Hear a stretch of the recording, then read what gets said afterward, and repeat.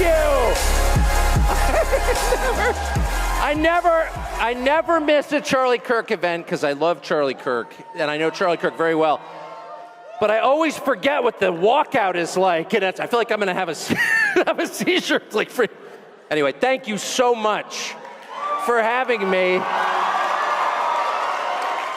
This is more people in one place than I've seen since the last Charlie Kirk event I was at, so it's hilarious.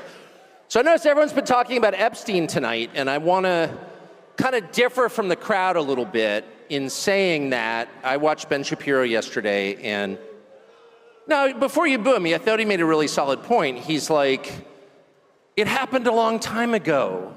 Who cares? And by the way, we should trust the government and whatever the bureaucrats tell us. And by the way, it's wrong to ask a lot of unauthorized questions. So I just want to go on the record to say that, no, to say I think that's absurd. And it's exactly the kind of thinking that I personally voted against in the last election.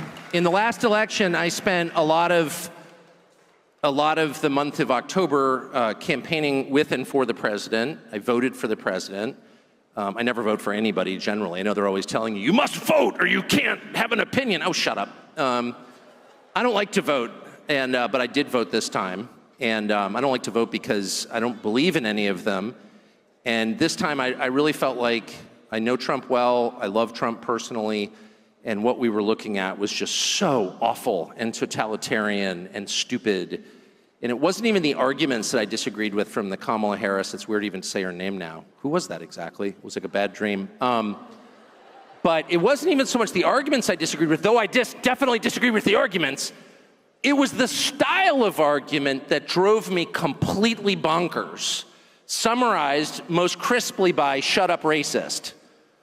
Whatever you said, it was shut up racist, and it's like, but wait, first of all, I'm not a racist, but that's not even the point. The point is, I just told you what I think. I just asked you an entirely legitimate question, mostly, what the hell are you doing? And rather than answer it, you didn't pay me the respect that you would a human being. You treated me like a slave or an animal by telling me to stop barking. Shut up, racist. And I won't put up with that because I'm not a slave or an animal. I'm an American citizen, an adult man who pays his taxes. So, I ask people questions for a living, and very often I get answers that I don't care for, that I disagree with, that I think are stupid, but at least they're answers. At least the person responding is treating me like a human being with a soul created in the image of the Creator. He's paying me the respect that every human being is due. When you ask a direct question to someone in charge, you are due. That person is morally bound to give you an answer. He's not bound to agree with you, but he's bound to stop and answer your question. And the left never did that. They would dismiss you out of hand. You are not worth listening to. Be quiet. And that's, of course, where the impulse to censorship comes from. It comes from the belief that you don't deserve to speak because you're not fully human. They own you. And that's what I voted against above all. I voted against a million different things that I hated about the last administration. Their insane desire to start pointless wars around the world. Their total unwillingness to protect this country domestically, to protect the people who live here, to protect the territorial integrity of the country, bringing in tens of millions of people illegally, giving them free stuff the second they get here, making a mockery of citizenship. I hated all of that. I hated all of that. But the thing I hated most was their total unwillingness to answer any question about why they were doing what they were doing, because it was just too insulting. And every single time I would just feel like raising the middle finger and screaming obscenities, which is not an adult response, I'll concede, but that's how I felt. And I think that's really at the heart of why the Epstein thing is so distressing. I mean, the guy was some weird sex freak who was abusing girls. We knew that. But the fact that the US government, the one that I voted for, refused to take my question seriously and instead said, case closed, shut up, conspiracy theorist, was too much for me. And I don't think the rest of us should be satisfied with that. And by the way, let me just say really quickly, because I was so mad about it that I think I found out part of what's going on. I think we are going to find out more. And I think the truth, for whatever it's worth, in case you're interested, is that the DOJ didn't release lots of incriminating sex videos with Epstein and his billionaire pals because they don't have them. They don't have them because when the original search warrant was served, 2007, I think, possibly 2006, I think 7, it was basically designed to protect Epstein. The search warrant was written in such a way to make sure that the feds never got their hands on the actually incriminating evidence. It's another way of saying the cover-up has been going on since 2007, almost 20 years. And so the real question is not, was Jeffrey Epstein a weirdo who was abusing girls? Yes, we can answer that. The real question is, why was he doing this, on whose behalf, and where did the money come from? And those are the questions that need to be answered. And I think it's entirely fair to ask them. And it's not adequate to say anyone who asked them is somehow desecrating the memory of little girls who died in Texas. I'm not going to put up with that answer. I don't care who gives that answer. That is not acceptable. And I think the real answer is Jeffrey Epstein was working on behalf of intel services, probably not American. And we have every right to ask, on whose behalf was he working? How does a guy go from being a math teacher at the Dalton School in the late 70s with no college degree to having multiple airplanes, a private island, and the largest residential house in Manhattan? Where did all the money come from? And no one has ever gotten to the bottom of that because no one has ever tried. And moreover, it's extremely obvious to anyone who watches that this guy had direct connections to a foreign government. Now, no one's allowed to say that that foreign government is Israel because we have been somehow cowed into thinking that that's naughty. There is nothing wrong with saying that. There is nothing hateful about saying that. There's nothing anti-Semitic about saying that. There's nothing even anti-Israel about saying that. I've spent my entire life pretty much in Washington, where I knew and loved a number of people, including one very close person who worked at CIA. That has never prohibited me from saying, I think the CIA has done some horrible things, murdered a bunch of people, participated in the murder of a sitting US president. It's got a whole trail of crimes. That doesn't make me a disloyal American. It doesn't make me anti-American in any sense. I was born here. My family's been here for hundreds of years. I love this country. That's why I live here. So criticizing the behavior of a government agency does not make you a hater. It makes you a free person. It makes you a citizen. You're allowed to do that because you're not a slave. You're a citizen. And you have a right to expect that your government will not act against your interests, and you have a right to demand that foreign governments not be allowed to act against your interest. That's not creepy. It shouldn't be forbidden. And yet all of us have trained ourselves to believe that you can't say that somehow, that that's like too naughty and forbidden. And the effect of making that off limits has been to create a lot of resentment, and I'll say it, hate online, where people feel like they can't just say, like, what the hell is this? You have the former Israeli prime minister living in your house. You have had all this contact with the foreign government. Were you working on behalf of Mossad? Were you running a blackmail operation on behalf of foreign government? By the way, every single person in Washington, D.C. thinks that. I've never met anyone who doesn't think that. I don't know any of them that hate Israel, but no one feels they can say that. Why? And I think the longer that we play along with it, the more subterranean and creepy and hateful the conversation actually becomes. So I think it's better just to say it right out loud. Did this happen? And of course, that question has been asked to the government of Israel, and their answer is, we're not going to tell you. And I think our answer should be, no. As long as we're sending you money, if you were committing crimes on our soil, we have an absolute right to know, did you do this or not? And yet everybody has been so brainwashed into thinking that's somehow an expression of hate or bigotry, when it's not. It's a baseline question that every US citizen has a right to an answer on. What the hell was this? And by the way, if it turns out that it was nothing at all, that somehow Jeffrey Epstein really did earn $165 million giving tax advice to somebody, which is, for the record, a lot more than most people pay their accountants, and that none of this was actually a foreign intel operation, and that there was no blackmail involved, that actually Bill Gates was just hanging on the island because the weather was especially good. No one was videotaped doing anything immoral or illegal, and then that was used against them to get them to obey. If all of that is false, then just tell me how it's false.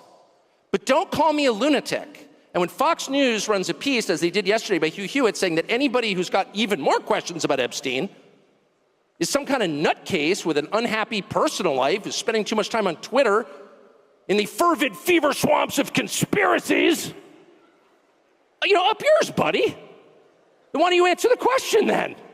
Don't let anybody insult you, anybody, and I mean anybody, ever get away with insulting you instead of answering a legitimate question, okay? Ever. And by the way, you will hear certain people say, well, that means you hate the person. No, it doesn't. I've got a bunch of kids. I would never let them get away with that. If I caught one of my kids, smoking weed in the bathroom at my house, and I was like, are you smoking weed in the bathroom? Shut up, racist. You hate me. No, you're my child. I don't hate you. Answer the freaking question. Were you smoking weed in the bathroom or not? I'm not the criminal here. You seem to be. So I just think it's really important to get into that headspace. And even now, when people talk about this topic, I can promise you, since I spent all day on the phone yesterday on this topic with informed people, they're like whispering certain words. And I'm like, why are we whispering? Why should I be ashamed as an American about wanting to know what the hell that just was? Why should I be embarrassed? I'm not the bad guy here. Why should I be embarrassed to ask, what's in this war for us? We gotta go to war, shut up. You're a bigot if you don't want it. First of all, I'm not a bigot. But second, that's kind of not the point. The point is, what's in it for us? Why is this a good idea? Shut up. And it's exactly the style of argument that I voted against, and I will never accept it. I don't care who does it. I will never accept that. Give me a legitimate answer, a reasonable answer, a sincere answer, a good faith answer. We may disagree. You may say, as a good friend of mine who's like totally deranged, but a good person, said to me yesterday, Iran is the biggest state sponsor of terrorism in the world. Reading the talking point that apparently everyone, a bumper sticker that is for sale somewhere, I guess. And I'm like, okay, I don't even know what that means exactly, but how many Americans have been killed by Shia terrorism in my lifetime, which is 56 years? I can't think of any. I'm sure there have been some in the United States. There have been Shia terror attacks sponsored by Iran in the US. I can't think of any. There was 9/11. That was a Sunni terror attack. And then there's the drug epidemic, which has killed more than 1 million people during that same period. People I know, my next door neighbor's kid, dead. People, a bunch of people I know have died, and a bunch have been totally screwed up and taken out of life, basically. Their lives have been hollowed out, their husks. They've been totally destroyed by drugs. That's the reality that I live in the United States. So you're telling me Iran is a bigger threat than the people peddling this garbage? I don't think so. Not where I live, it's not. Oh, shut up. And the person literally said, we're gonna have to agree to disagree. Disagree with what? What are you even talking about? But at least he gave me an answer. He didn't say, oh, you hate so-and-so. He didn't go immediately to motive. Okay, so this is always the tell. This is when you know you're dealing with someone who has zero interest in getting to the truth of the question and instead is trying to make you be quiet in order to roll over you and make you obey. And the tell is when they go immediately to motive. Well, you just hate some group, or you're taking money from some other group. And neither one happens to be true in my case, but I always feel like saying, well, okay, what if I am getting paid? Or what if I have some kind of creepy bigotry? Which I don't, because I think it's immoral. God created individuals, each one knows the hairs on your head. Each person has a soul. No person is seen by God as a member of a group. Each person is seen by God as an individual. So I don't like that. And I really don't. I'm not just saying that. And I mean every individual on the planet, regardless of what he looks like or what he believes. That is true of every person. And I sincerely mean that. But even if I didn't, maybe I was some full wacko. And maybe I was taking tons of money from some bad country, one of the bad countries you're not allowed to talk about or like. Qatar! That's the most hilarious. Qatar is kind of controlling our conversation. Qatar, evil Qatar. I am laughing. I've actually been to Qatar. It's awesome. Never taken a dollar from the Qataris or the Qataris or whatever they're called. It's a great country. But whatever. But even if I was like on the payroll of Qatar, which I guess I can't now. But anyway, even if I was, it still wouldn't make the question any less relevant. Why is this a good idea? And their refusal to answer that question lets you know right away that you are not dealing with a person of good faith. You're dealing with a propagandist who is trying to control you. And I would say at exactly that point, that's when you say out loud, I know who you are. This is all fake. You can't even answer the question. You're trying to make me shut up because I'm a bigot, like the liberals did 7 months ago. And that's why we voted them out. So I'm not putting up with that. I voted against this and I won't tolerate it. So the second point I would make, before maybe taking a couple of your hostile questions, I hope, about Qatar, is I was brooding about this today. What about the Epstein story is so uniquely infuriating? And I'll just say, I mean, I've never met Epstein, but I mean, I know a million people who knew Jeffrey Epstein. It is true that he was around. Like, everyone knew Jeffrey Epstein. I don't think I was cool enough to actually meet him, but like, he was just a guy who was kind of circulating around, like this rich guy who knew everybody. What is it, and everyone knew he was a creep, but then there are a lot of creeps in that world. Just telling you what you probably know already. What is it about Jeffrey Epstein that's so infuriating to people, so infuriating that it's actually causing seismic political problems? And I hope that they'll address it and it'll get better. I really do. But what is it? I'll tell you what it is. It's the frustration of normal people watching a certain class of people get away with everything every single time. That's what it is. And that drives me absolutely bonkers. By the way, it's one of the things that bothers me about immigration. You know, as someone who got arrested in Syracuse, New York as a kid because I had an expired driver's license and brought to a cell, I'm watching people come, that actually happened. I have done time, it does change a man. Yes, I joined a gang. But I watch, 60 million people come into the country illegally or overstay their fake refugee status or whatever. I mean, the whole thing's a scam. And they get housing vouchers and free education and free cell phones and plane tickets. It's like, wait a second. Not only are they not getting punished for breaking American law, as I would and have, they're getting rewarded for it.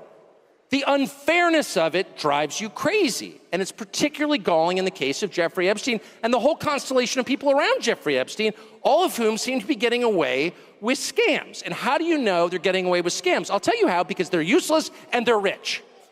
So how do you come to a place where some of the least impressive, most useless people who have no actual skills become billionaires? How's that legitimate? And by the way, if you ask this question, at least in Washington, it's like, oh, well, yeah, it sounds like you're a socialist. Sounds like socialism. Yeah, okay, I'm a socialist now. All right. I was a Qatari agent or a bigot, now I'm a socialist. All right. Leaving aside my committed socialism, can you answer the question? How did Bill Ackman get $9 billion? Bill Ackman, a pretty impressive guy? I know Bill Ackman. No. Bill Ackman's like well-connected and super aggressive. That's it.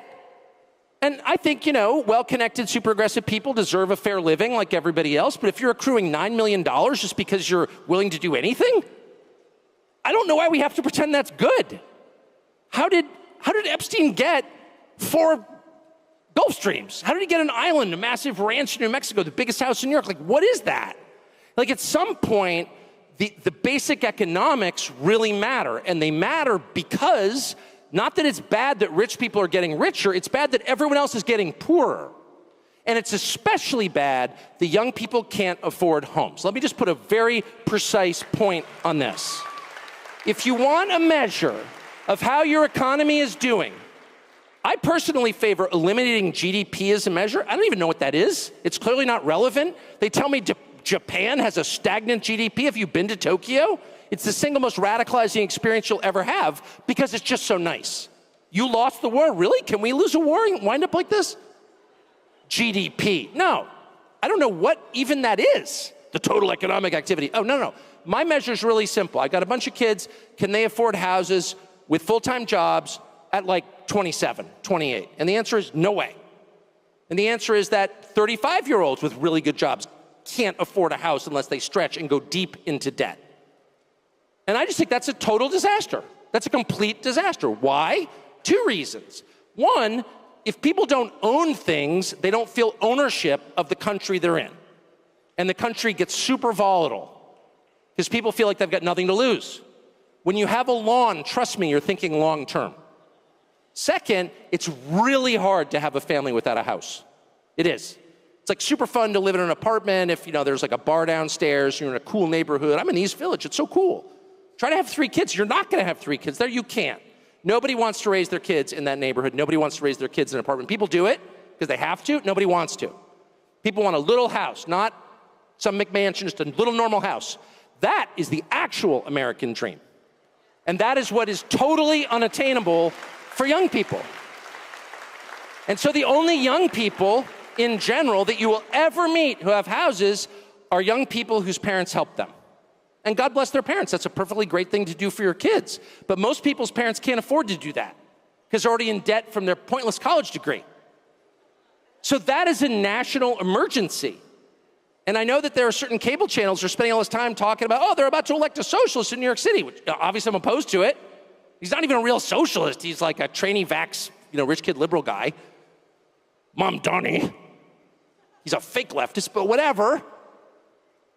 Why do you think that's happening? One of the reasons it's happening is because normal people with normal jobs no longer believe they can win in this system and that all the money is going to the worst people. And no one even stops to ask, what the hell is going on? How did Bill Ackman get so rich? I know he went on CNBC and talked down Herbalife. Bet against companies by driving down their stock prices. That's what he's been accused of. I'm not accusing him here because he's sue me if I do. I'm just suggesting others believe that might have happened. He's already threatened to sue me for saying that. But there are plenty of people who do that. And I'm not saying even that it should be illegal. What I'm saying is that our leadership class should say something about it and should assign a moral value to it. And if you're getting rich by loaning money to people at incredibly high interest rates, that's something you're gonna have to talk to God about. That is not good. That is not virtuous. That's disgusting. And the fact that nobody feels free to say that, nobody feels like you can just say 30% on a credit card? Why is anybody paying a credit card bill? I said to somebody recently, I feel like I'm very moderate and sensible and, well, yeah, that's what they used to call it. It was forbidden. I said to someone recently, we really need a political party where people just it's the, hey, I'm not paying my credit card bill party.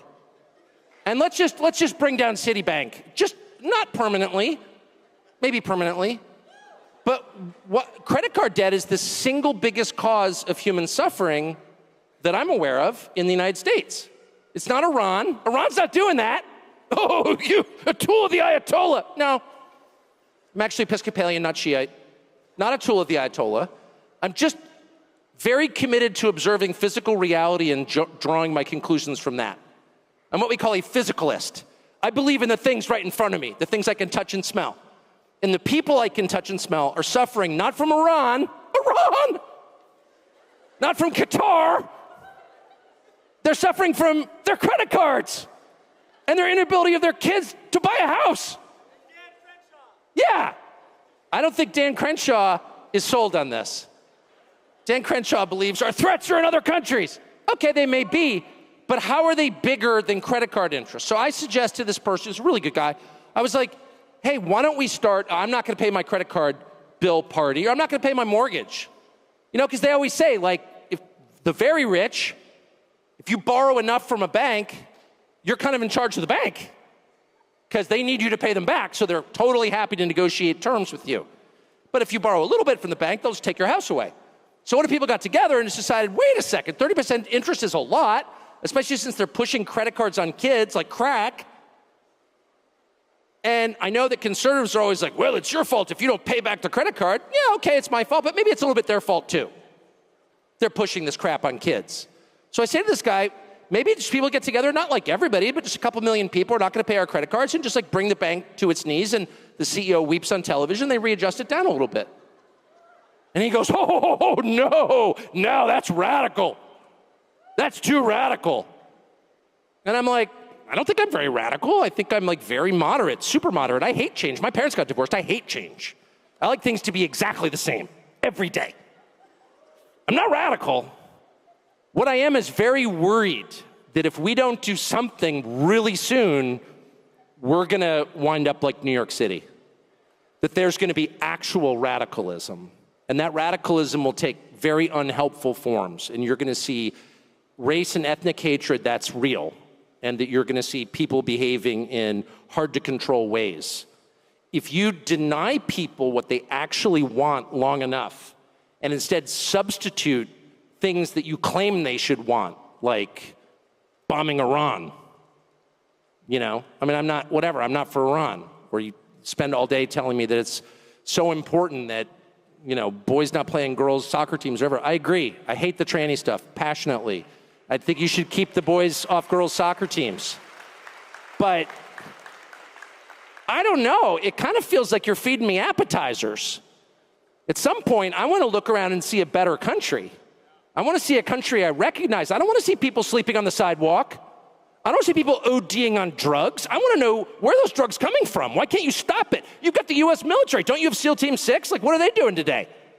Don't you have Delta Force? You could give me another segment about how impressive the U.S. military is? I believe you. Why aren't they employed to make my country better? Why are my cities disgusting? I don't want to go there. It smells like weed and halal food. And you're lecturing me about how it's a great moral victory that I kicked the boys off the girls' soccer team? Good, I'm so glad. But let's do the real stuff, like making New York livable. And create an economy where my kids can have kids. How about this? How about we just make the measure really super simple? Can my children have without the benefit of like the great luck I have had, can they have a roughly approximate life that I had? Or how about just a middle-class life? Can they like get married young, as I did, and like have 4 kids and, you know, take a couple jobs, work hard and all that stuff? But in the end, it's like, fine. Can they do that? Or is that like so remote a possibility that you need to tell me that Iran is the real threat to take my mind off the fact that you stole all the money and screwed up my country beyond recognition? So I guess what I would say before I have an actual aneurysm is, unless we say to the people in charge, we are going to determine what's important, you need to listen to us, your voters, about what we actually care about. I'll take a lecture for about 10 minutes. I can do that. I went to school. You know, I'm used to sitting there and being like, oh, yeah, okay, the Axis powers, that's so important. Thank you for telling me. I can take a lecture for about 10 minutes, and they're like telling me Iran is the greatest sponsor of terrorism. Okay, that's great. You know, I hate Iran, got it. But at some point, I want to pipe up and say, yeah, but what are you going to do about Union Station in Washington, D.C., which is filled with passed out drug addicts with spreading urine stains? Like, it wasn't that way. I was here. How did that happen, and why aren't you fixing it? And by the way, if you don't fix it or even acknowledge it, dude, bad things could happen. Like, wake up. Time is to wake up out of your freaking fantasy world where you think telling the rest of us to shut up is enough. If you keep doing that, you know, this could go in dark directions. So I think it's so important for every person to look around and make your own decisions about what's important. What's important to you? What around you in your life? What do you see in your family, among your friends, in the town that you live in that's going wrong? Those are the biggest problems. Not what some shill on television is telling you your biggest problems are. He can shut up, but he won't. But look around. What's the biggest problem in your life? And if you're burdened by a car loan or some credit card payment you can never actually make, if you can't afford to make the full payment on your credit card 2 months in a row, that's a crisis, okay?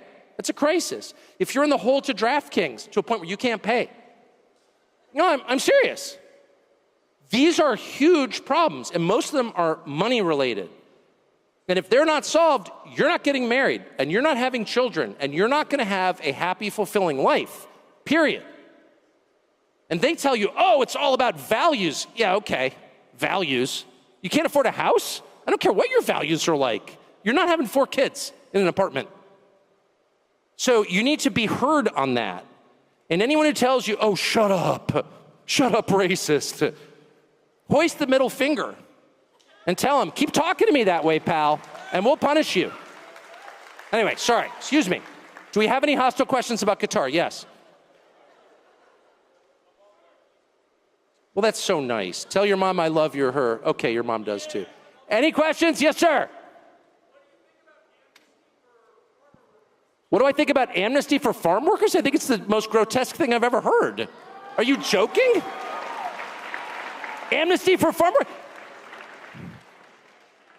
We have like 60 million illegal aliens in the country. The country bears no resemblance to the country I grew up in, and it's not better, it's worse. Yell at Tucker. So I'm not gonna sit for another lecture from anybody telling me we need to import more people to write code or pick grapes or any other task, period. It hasn't worked. The country hasn't gotten richer. It hasn't become more unified. Those words should burn on the tongue of anyone who utters them. How dare you talk like that? Amnesty. How about deportation? What about that? I mean, look, and let me just say, people say all kinds of things. It doesn't mean it's happening, but I think it's worth being a little paranoid about it. I mean, I think everyone in this room is paranoid. It's important to make sure even the people you love are true to their word. Doesn't mean you hate them. Again, I don't take my kids I love my kids more than anything. I don't automatically believe everything they tell me because I'm not a moron. Because I understand that people don't always say the truth. So, but anyway, yeah, any kind of amnesty is not only a bad idea, it's like outrageous. Anyway, sorry, I've been told to take the mics. I'm sorry, I know you guys have good provocative questions about Qatar, but I've been asked to talk to this guy. How you doing tonight, sir? I'm spun up, baby. First off, I'd like to thank you for coming to this event. I'm 20 years old. I've been watching you for the past 12 years of my whole life. Every single night, I've always listened to you, so thank you for coming. We love to listen to your opinions, listen to you preach basically to everyone. My question is, in your opinion, we have individuals in this country that are full citizens that are also full citizens of other countries. In your opinion, how can somebody pledge allegiance to 2 countries at the same time, and is that something that we should be allowing? I mean, I think your question says it all. Obviously, that's absurd. I quote the New Testament, but I also refer to common sense when I say that no man can serve 2 masters. It's not possible. I only have 1 wife for that reason. You say to your wife, I'm gonna take another wife, but I'm gonna love you just as much. Nothing's gonna change. My wife's gonna look at me like, no, it's one wife. Because you can only really pledge your loyalty to 1 person or 1 country. That's just a fact. And there's also a sense, and this is relevant to me, and I know you're speaking about Israel, but it's not just Israel, to be honest.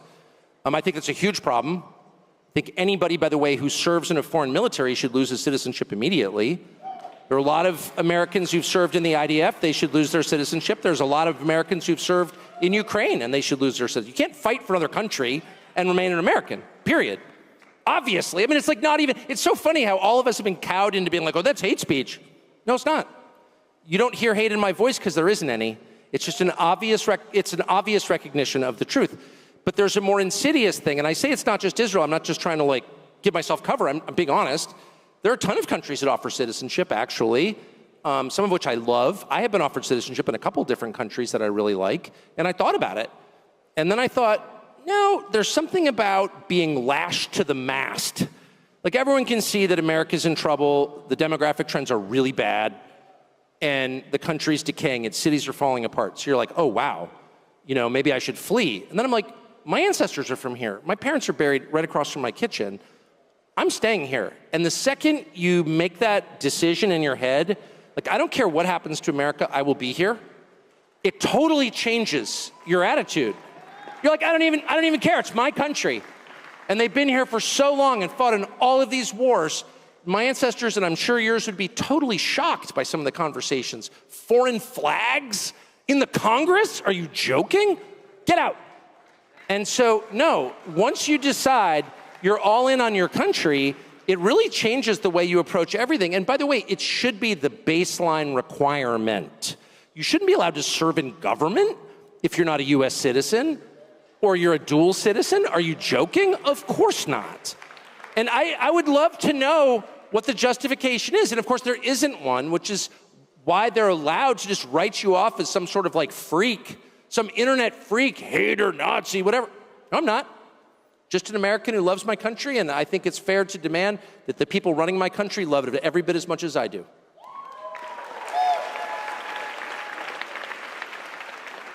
All right. Alrighty, Tucker. Thank you for being here today. My question is mainly focused on national security. I have a question first and then a proposal. I'll see how you go about that. Now you're freaking me out. You got a Rumble hat on. I love you already. All right. I'm going to stop and have an Alp, which is America's premier nicotine pouch. Go for it. All righty. So I was born in Cuba. I came at the age of 2. So I can attest to the fact that the socialist experiment doesn't work at all. Yep. And that America is the best country in the world. Yep. So, I agree. You know, I'm a U.S. citizen, and I'm very proud of that, and that's why I stand for my country every day. But I have a question specifically about national security. All right, hit me with it, baby. No preamble, just go right to it. You can't scare me. So, for example, I would say that the head of the snake for a lot of the spying that goes on in the United States is Cuba. For example, we've found evidence that Venezuela, Nicaragua, like all the issues with immigration are because of the socialism going on in Latin America. Yes. And Cuba's an outpost for human trafficking, drug trafficking. We have Chinese spy bases on the island. We had Russian missile testing under Biden. And then on top of that, Cuba doesn't even recognize Gitmo as American territory. So my question for you is, what should the United States stance be on Cuba and the liberation thereof? And my proposal is, if you're willing to do some sort of documentary on Cuba, and if I could help you out on that. Well, I always appreciate the offer of assistance. I would say we've had a Cuba embargo, so the revolution was 1959. So that was, well, 60, could that really be 66 years ago? That's crazy. And we've had an embargo for much of that time, and you just said yourself it hasn't worked. It hasn't liberated Cuba. The same regime is in charge, and it is still, working to undermine the interests of the United States. So what we're doing isn't working. I think that's a good place to start. So I know from living in DC that whenever someone tells you, like, it's not working, we need to double down on it, they're lying. So I think we need to reassess, are sanctions really the answer? And if so, tell me how that's worked. Second, I would say, I'm sure everything you say is true. I don't think that most Americans, and I know the US government doesn't, spend a lot of time thinking about our own hemisphere because we're so focused on places like Iran, Iraq, Syria, Libya, Gaza, Israel, all great places. I'm not, attacking anybody, but I'm just saying those are thousands of miles in an ocean away, whereas Latin America is right there, and what happens there is a direct effect here in our migration patterns and in our drug importation. So, maybe we should focus on our own hemisphere. I think you made a powerful case for that, and I don't understand why the US military is stationed in Japan, Korea. I mean, I know that you get a long answer, how we're spending $1 trillion to secure places that pose no imminent threat to us while ignoring our own continent, ignoring Mexico, which is the most hostile country in the world, the United States. Obviously, there's migrants coming through Mexico. How are they our ally? Canada, how are they our ally? Maybe we should spend some time reorienting here. So anyway, that's my answer. I'm against socialism, obviously. That's why I'm worried about our economic system, because I think we're about to get socialism if we don't pull back from this. All right, we got one more question. One more question. Hey, Tucker. I'm a big fan. I would love to work for you. I did give my resume to Steve Bannon. It would be hilarious if you two fought over me. I'm just saying. That would be great. It'd be like a real bitchy cat fight. It'd be a hell of a story, yeah. My family has fought for this country. I voted MAGA 3 times. My generation, just like you said, is convinced it can't trust the institutions and the administration, even this administration after last Monday. America first means America first, not foreign governments, not rich pedophiles. I have a lot more about the history, but I'm going to get through it out of respect for everybody. Basically, my questions are this.